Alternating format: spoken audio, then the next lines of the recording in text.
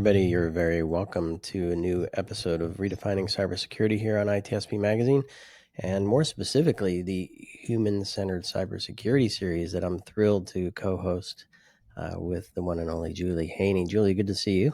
Good to see you, Sean. It's been a few days since Mm-hmm. we've A little connected, while. and a lot is going on. A lot has happened, and one thing stays the same: we're all human, and we continue to be at the center of a lot of things at the business and certainly in cybersecurity. And it's important to keep us at that center because I think we need to stay sane. We need to help participate in what a secure organization is and looks like. And that doesn't happen by magic. That happens from thought and action and driven by research, which you're so kind enough to bring some amazing people to the conversation to help us understand what that research is and what the outcomes of that research can be.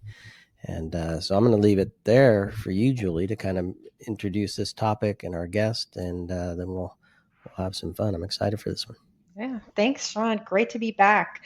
So today I'm really excited because this topic really centers around the fact that cybersecurity is for everyone, right? Regardless of where you are in life and what your background is, it is relevant to all of us. I'm very excited to have Dr. Aunshul Rege here to talk about some of the research and the efforts that she is engaged in to bring cybersecurity to everyone. So people with all kinds of different experiences and backgrounds and perspectives. So Aunshul is a professor in the Department of Criminal Justice at Temple University. She's doing some really exciting work. When I met her, I just knew that she had a lot of good things to share with this audience and wanted to have her on the podcast. A big warm welcome to you, Aunshul. Thanks for being on today. Thanks so much for having me, Julie and Sean. I'm always excited to talk about my work, and I'm a professor, so I love to profess. So super excited to be here today. Great. Just to start off, I know that you originally didn't start off in cybersecurity, and you've had kind of an interesting career path. Can you tell us, how did you land into cybersecurity? Yeah, so actually my first degree was in computer science, and this was way back when cybersecurity wasn't even taught, not even as an elective, forget, at the core center topic. And I graduated. My first job was I was a software engineer, and I had to do quality assurance, quality control. And about a year into my job, the company that I worked for experienced a breach, and we were trying to figure things out. And that's when I first experienced what it's like being in an organizational setting where cyber attack has occurred. And I realized very quickly that I was unprepared for something like this. And that's when I started asking questions like, well, who's behind it? Why did they target us? Was it an individual? Was it an organization? And, those types of things, the things that computer science couldn't really answer because it's actually outside the disciplinary domain. And so I then said, all right, well, I think these questions would probably be better understood through liberal arts, through disciplines like criminology, sociology, or psychology. And so I quit my job, something that I thought I'd never do. I went back to school and I studied criminology, and I really liked it. I stuck with it all the way, and I did some cool projects along the way. So for my master's thesis, I looked at cybercrimes at online gambling sites, which was a lot of fun. And then for my PhD, I looked at cyber attacks against the power grid, with an emphasis on adversarial decision making. So how do they make decisions on which systems to target? How are they making decisions as they work through, as a cyber attack unfolds? So those were, sort of the educational experiences, and I really enjoyed the research side of all of it. And one place where I know I'm going to get to do that is in academia. And so that's how I ended up to, where I am today. And it's been challenging in many ways. because when I started, there still really wasn't a cybersecurity department or school per se. So it's very hard to figure out where you fit. And I still think for the most part, it's still very siloed. Computer science, which isn't cybersecurity, criminology, which is also not cybersecurity. So yeah, I'm trying to work at the intersectionality of spaces and take the best of all of these worlds and experiences in my work. So yeah, so that's a little bit of the journey. Awesome. Yeah, I love bringing those different perspectives together is so important in cybersecurity. So let's talk about some of the things that you're doing. And we'll start with your work in cybersecurity literacy and community outreach, which I think it's so important because there's so many people who aren't exposed to cybersecurity training because they don't have perhaps they don't have a job where they have that type of security awareness training. So how do they get that training in the first place? So can you tell us a little bit about what you're doing with cybersecurity literacy? Yeah, so I love the research side of things as well, but the education piece is just as important, right? Be it in my classroom or sort of outside of the classroom in the community. And, I think, one of the things that we have to do as educators is also change the way that we teach. I think when I started, I taught, my classes the way I was the experience based on the experiences that I had as a student, right? So here, go read these materials, take the exams, write a paper, do a presentation, but they don't really have applied and practical value. And I also wanted to design something where I could give back to the community where Temple University is housed, and that's in Philadelphia. So this actually came about through a couple of different pathways, as is usually the case. So I was reading the 2022 digital equity plan that the city of Philadelphia had produced.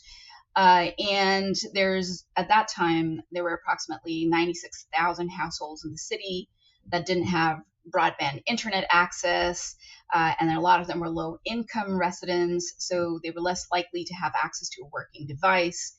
And at Temple, there's a unit called the Digital Access Center, and it's actually a workforce development center for the North Philly community. And what it does is it provides residents access to technology and help desk support and free education in the areas of digital navigation and digital literacy. So a lot of the center's clients are seniors, sometimes they're first-time computer users, and so a lot of their time is just spent on understanding the basics of using computers. And this is sort of where we kind of bring our experiences to help assist the work that the center is doing. And the students in my cybersecurity class come into the picture. So we worked with the center and we added on, if you will, to the digital literacy programming by offering a cyber hygiene curriculum. So we worked with the center and we designed a class project where students had to raise awareness about cyber hygiene. And they had to develop a 10-minute presentation on a cybersecurity topic of their choice. But sometimes the center would tell us, hey, can you really focus on these specific topics? And the presentation would just have to cover three main parts: define the topic, justify why it's relevant, and offer three clear ways to protect against or mitigate the issues or practice good cyber hygiene. And they had to do this in a way, right, that was easy to digest for the elderly population. And we started this a couple of years ago, and it's come a long way. And I think projects like this are really, really wonderful because everybody wins, right? Seniors get to learn about, for instance, the latest scams and how to keep themselves safe. And they've actually told us that they go home and share this with their family and their friends. So I love the fact that, in a way, they're serving as cyber ambassadors, right? Students really feel great about their work because they're giving back to the community.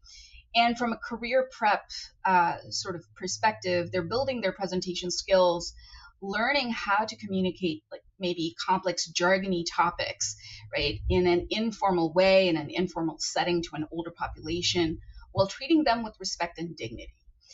So it often starts as a presentation, but it ends up becoming a conversation. And there's lots of stories and experiences that are shared both by the senior citizens and the students from my classroom. So it's really, really cool because you end up creating these shared experiences and safe and judgment-free spaces for everybody. So it's been a fun project, and it's continuing to evolve.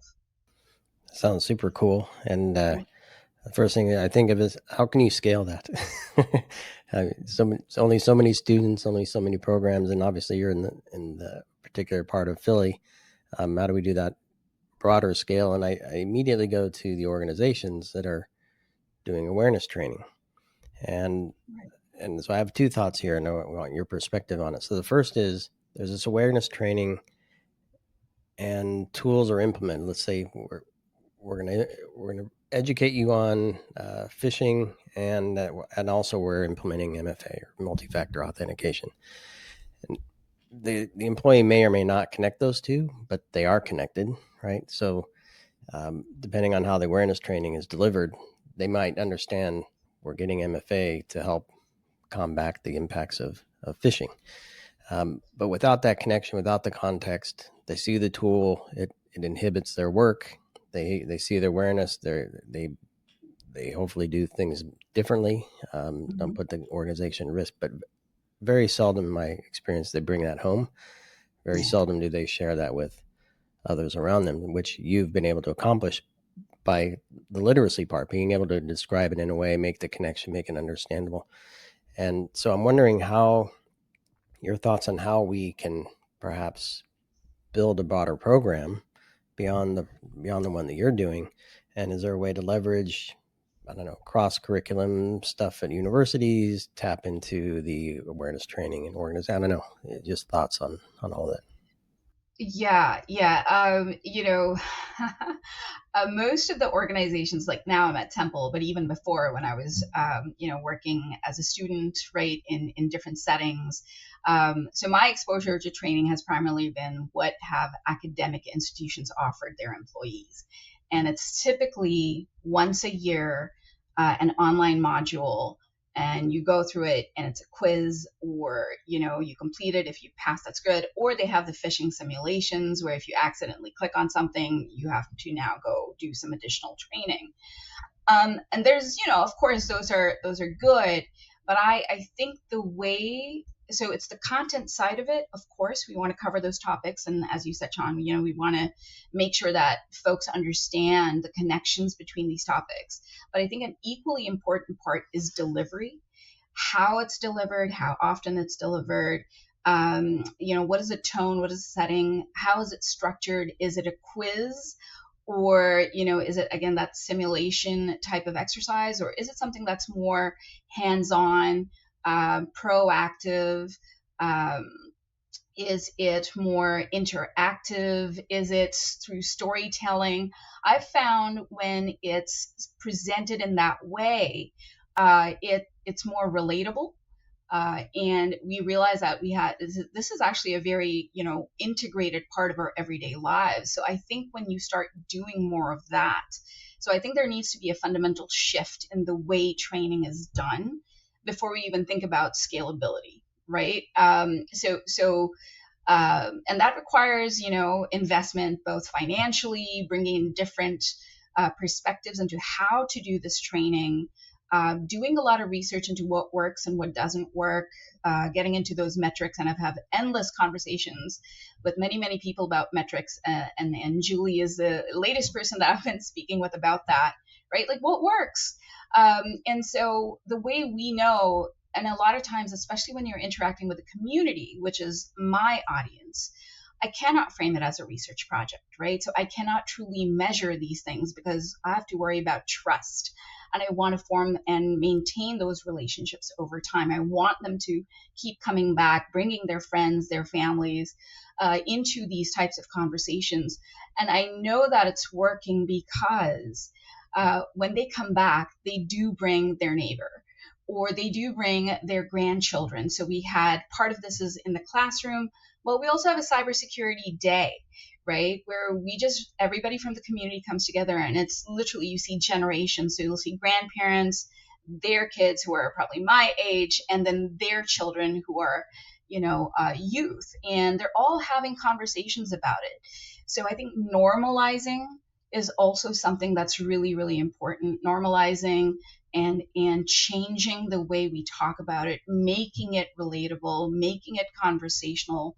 I think those types of things I've found in my context to be very effective. Now, how would that map into an organizational setting? Is there truly a desire to move towards that, right? Go into that direction? Is there going to be a financial investment in these types of things? That's a separate conversation entirely, right? What are budgets allocated for, and things like that. So I think a lot more needs to happen. Yeah, I think I completely agree with you about the delivery, the making things relatable, the building of trust, right? So coming across as credible as well. Yeah. And I'm wondering, because I know there's been a lot of research in the past looking at generational differences when it comes to technology and cybersecurity more specifically. And I know you've worked with different populations. So you mentioned some of the seniors, and I think you've worked with youth before as well. So what would be your recommendations for how to approach these different generations to really tailor the message so that it really does hit home, so that it is relatable, so that it addresses their needs? Like, what are some of those kind of generational differences that you see, and how does that change your approach to just talking to people about cybersecurity? Yeah, and this is, I always joke that nobody taught you, or at least when I was in grad school, nobody teaches you how to teach, right?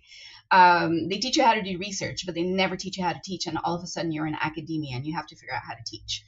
And so I'm figuring things along as I go. And I think that's step one, just realizing that it's an evolving process dynamic, especially every time technology changes or the latest thing comes out, right? You have to be able to adapt and realize that it's never going to be perfect, right? So I want to start with that. And I mentioned some of the work that we've been doing with seniors, but we do offer separate youth programming. And again, we cater the topics, obviously, that are more appropriate for youth. And again, we listen to our partners. So one of our partners, for instance, is the Juvenile Justice Center of Philadelphia, and they offer an assortment of programming, one of which is ours, right, to at-risk youth, right? And so they come and say, oh my gosh, we've got a lot of our youth are, the latest thing we're seeing is sexting, and this is huge.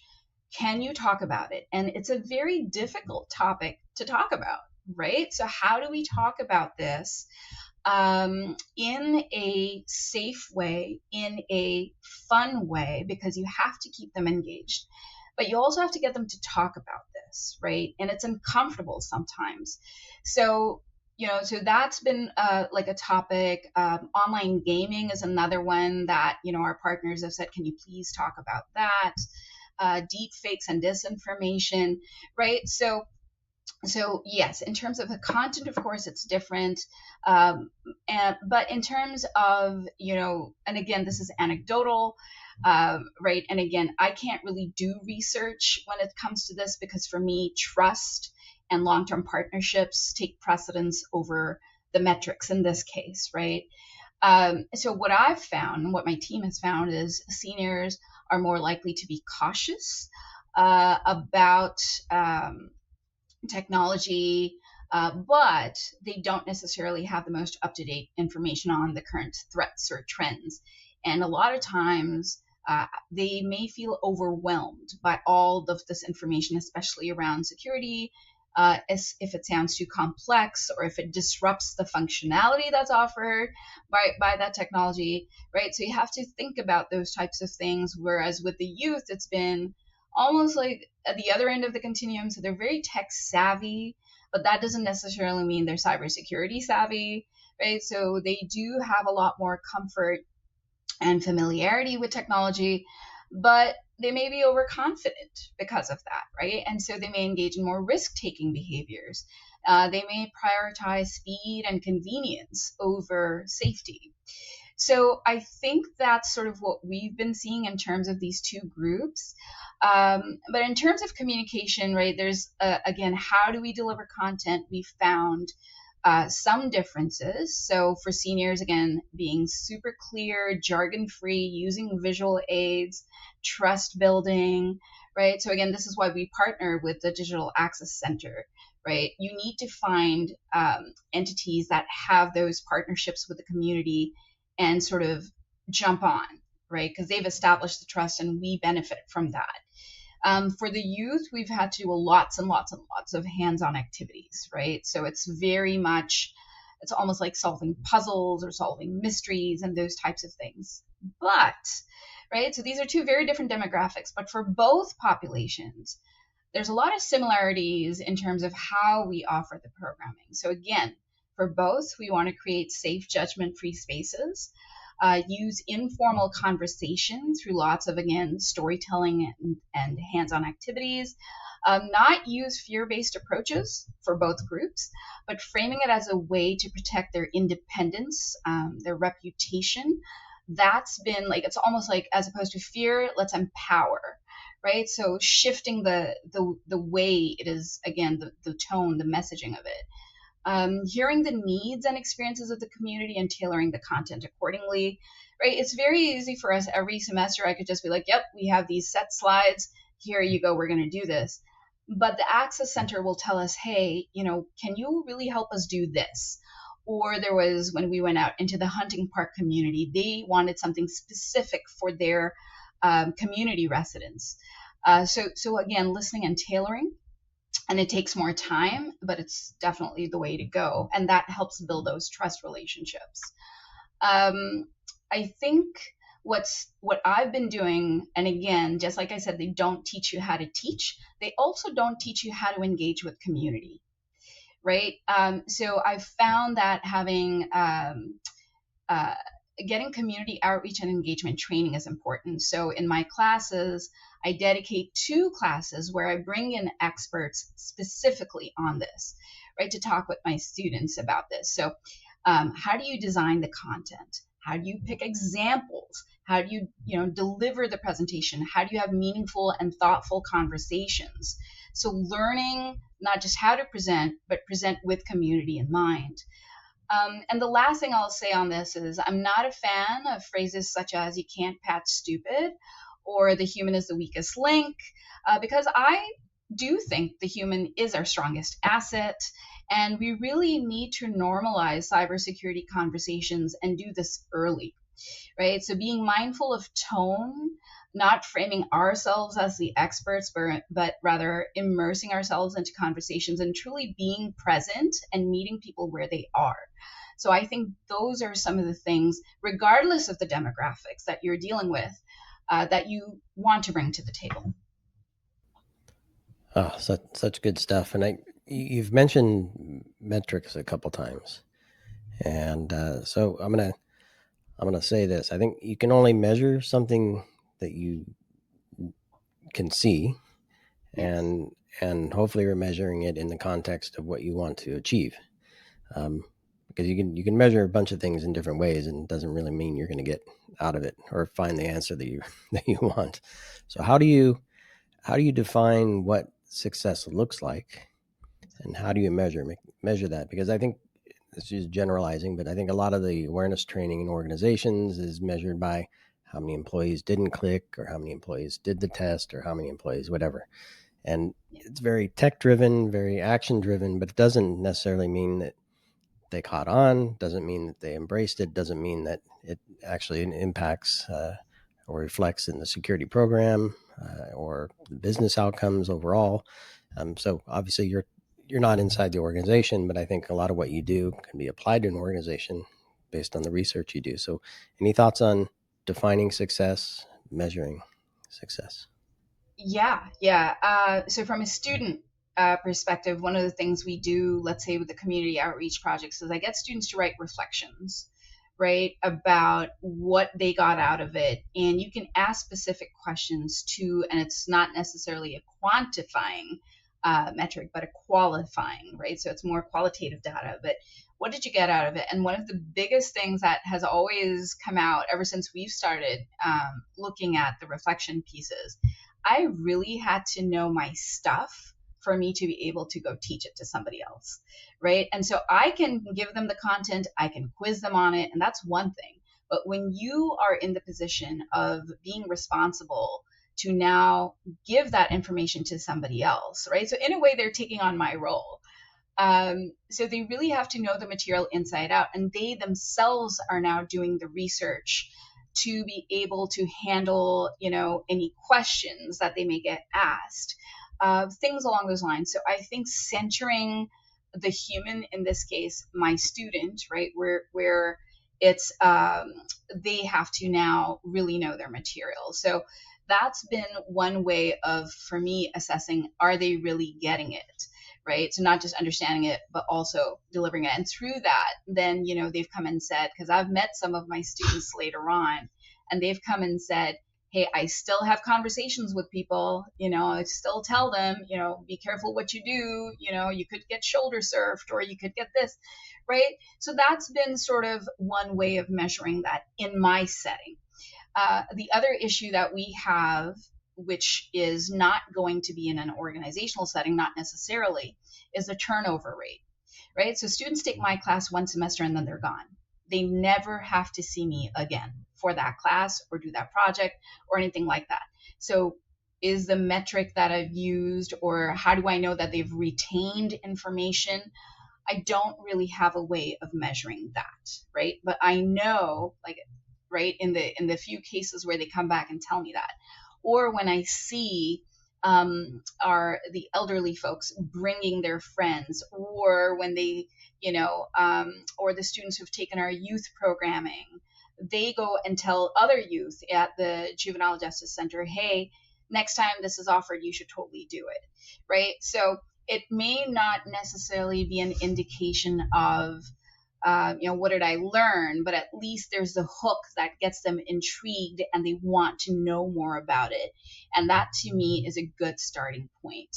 Or when we have celebration ceremonies for either the seniors or the youth and their families come, you can hear through the buzz, right? Where it's like, oh, yeah, I remember when you guys covered this information.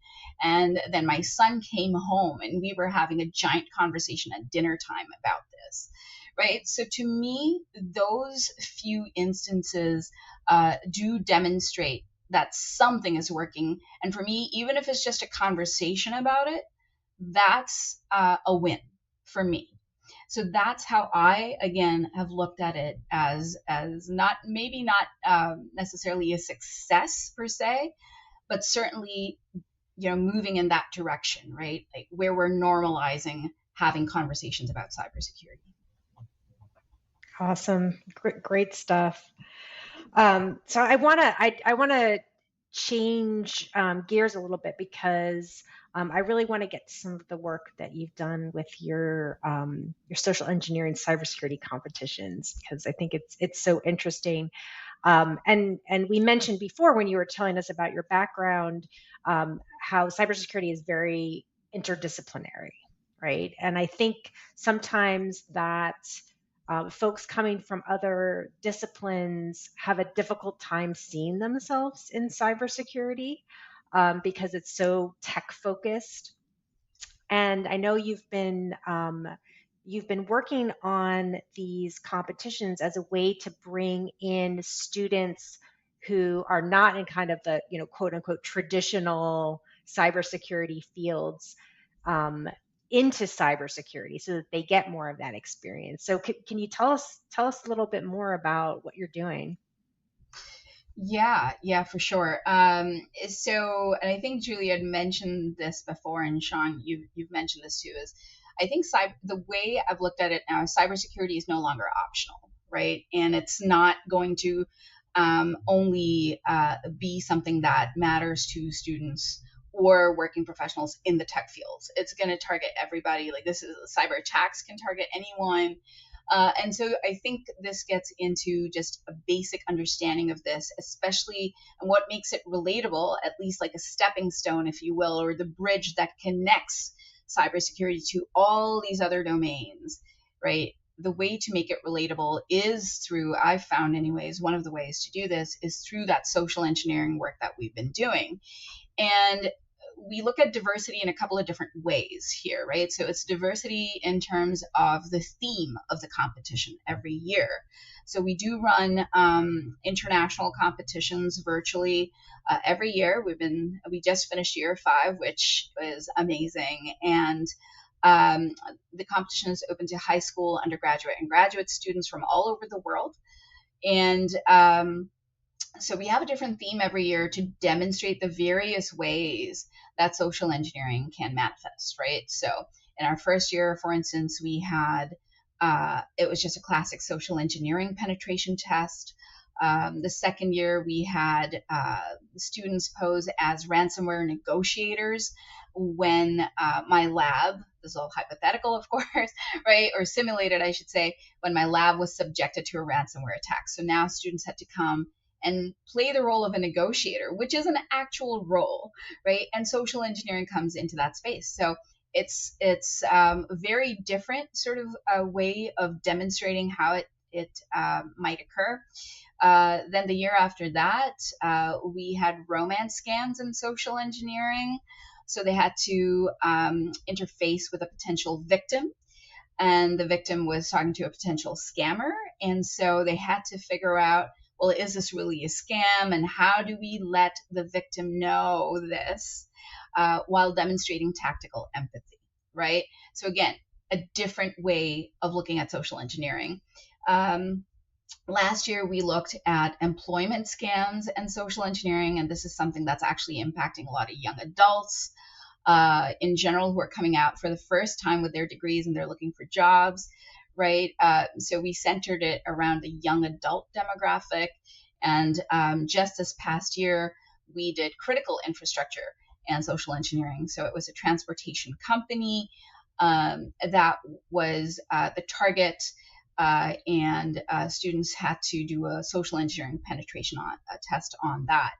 And so this is also the first year that we brought AI into the mix, right? So students had to use AI to understand how cyber criminals are using AI to really polish their social engineering campaigns, to increase the scale and scope of their campaigns, right? So getting, again, students to think about this. So what we do through these is look at different themes to get students to understand that cybersecurity and social engineering looks different in different settings, that it's not just something that bad folks do, right? When they're sending those phish campaigns or trying to phish you, but it's also something that defenders can use as a defense mechanism, right? So how can you use social engineering back against your attacker, right? And also then how do you demonstrate that when you are engaging with potential victims? So it's diversity in terms of the theme and how it manifests, and understanding adversarial, defender, and end user victimization, those types of components. But then there's also diversity in terms of disciplines. Now, when I had started creating these competitions, it came from a space where I was envious of the hard sciences, or the computer science folks who had the CTFs that they've been doing for years. And I said, what would that look like in liberal arts? Because we don't really have anything that is just as fast-paced or dynamic. And that's where this came from. So it was something that I wanted to do for liberal arts students. But surprisingly, our biggest student base has actually been from computer science and cybersecurity. But we do have students from business, liberal arts, of course, media and communication was an interesting one that we've seen. My personal favorites, theater, music, and performing arts, who are actually very talented social engineers. But we've also seen students from nursing and medicine consider our events, right? So there's this recognition because of the various themes that we've had that people are starting to realize, hey, maybe I can get into this, or I understand this. Oh, it's romance scams. That targeted my friend, or it targeted my grandma because she's lonely, right? So these types of things become, again, more relatable, more everyday, and that also is part of the draw, right, from different disciplines who have considered our competition. It's also the cost of entry in terms of skill sets is zero, right? So you don't need to know how to code. You don't need to know networks. You need to know how to talk to people, right? You have experienced phishing, so it's something that you can understand, right? So that's the relatability that I was talking about. How do you make the event itself relatable, understandable, easy to comprehend, so that you draw the audience in, and get them to think about ways that I can do this too. And that's what we've been trying to do. And I know, Julie, you have the the point on the new program that Aunshul, the university is launching, correct? And it's not just a bachelor's in cybersecurity.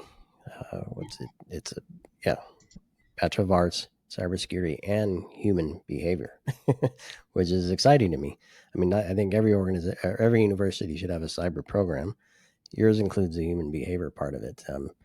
What what does that mean? How does that shape what the program is? Who joins the courses and what they get out of it at the end beyond a traditional cyber only program? Right. And Sean, you hit it right there, right? It's the human behavior piece. And that's to start sending the message that liberal arts does play a role and actually has a lot to offer.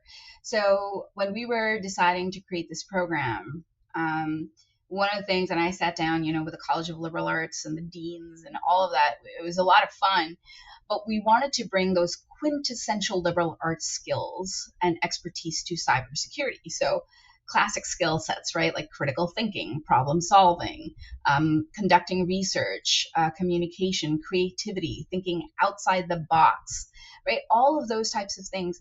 How can you bring that into this world of cybersecurity? And so, so we have some new classes, and some of them, again, based on my own sort of experiences with the social engineering competition or the community work that we're doing. These are now actual classes, which are really, really cool, right? So there's a class on social engineering. There's a required class on community engagement, where students are going to have to rotate, right? So 1 month they might do programming for the elderly. The next month they're doing programming for youth. The next month they're doing programming for local small businesses and nonprofits, right? So again, these are the different demographics that you have to be able to communicate with. Classes on ethics and AI, surveillance and privacy, right? Cyber politics. So these are just some of the courses.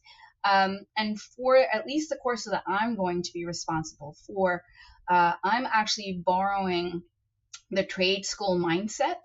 And by that, I mean the first 1/3 is just about understanding the concepts, right?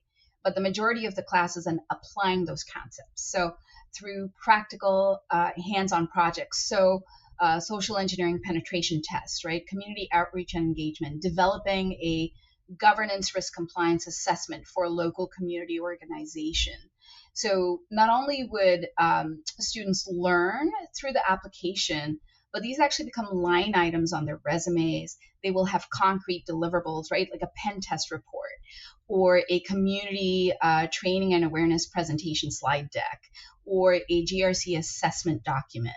These become actual deliverables that they can present to potential employers. So it's really training them to apply the concepts, to produce deliverables.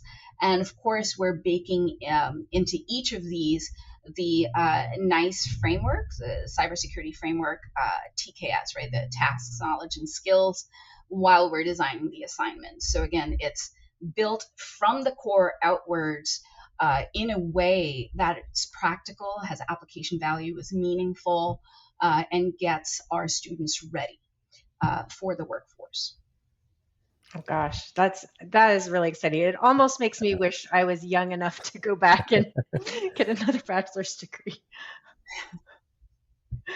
Yeah.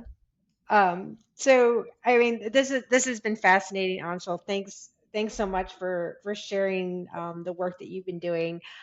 So really, the last question for you is, what are the last thoughts you want to leave with the audience? About how they can take kind of this more holistic approach to cybersecurity and really engage everyone in cybersecurity so that they see their place and their responsibility in that. Yeah. I think there's a couple of things, right? So I want cybersecurity awareness to move from being reactive or punitive to being more proactive, and where again humans are viewed as assets, right, not vulnerabilities. So I think building trust, even in your employees, so that they feel comfortable reporting things or asking questions without fear. And of course, that's not possible in all environments, depending on the nature of the work. But if it is possible, shifting that mindset, I think, is important. I don't think security should feel like an extra burden or a checklist item, right? It's not just performative.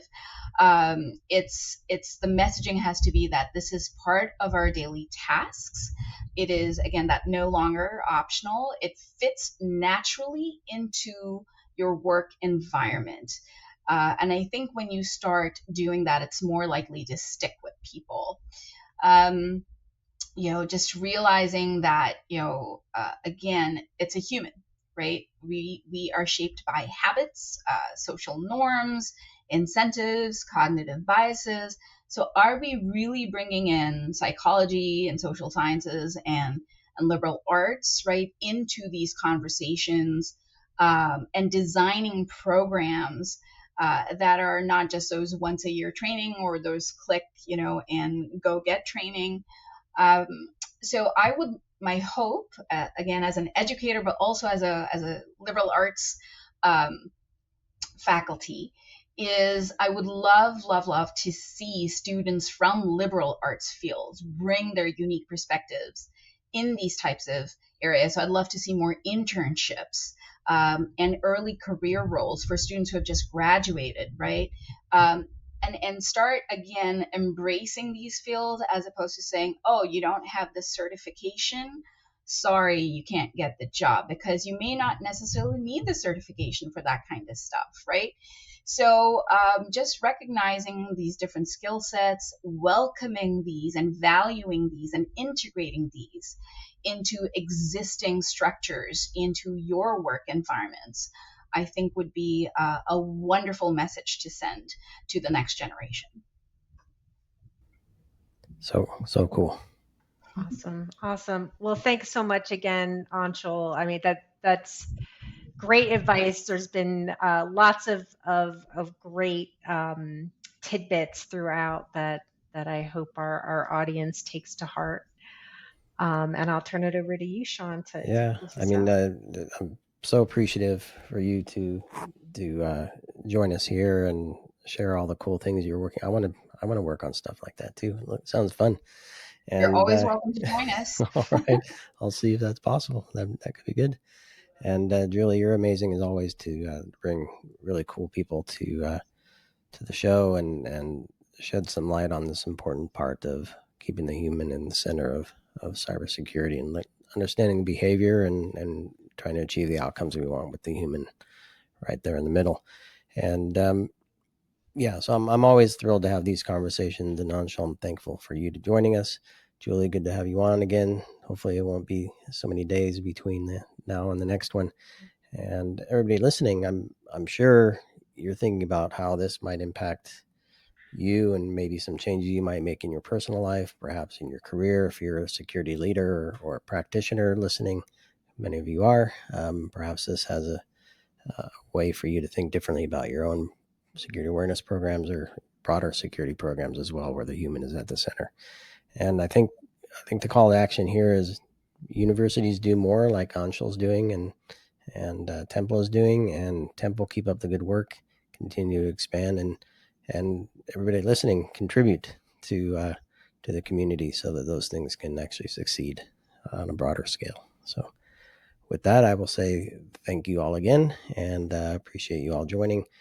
Do subscribe and share, connect with Julie and Anshul, and we'll see you all on the next Redefining Cybersecurity and Human-Centered Cybersecurity sub-series here on ITSP Magazine.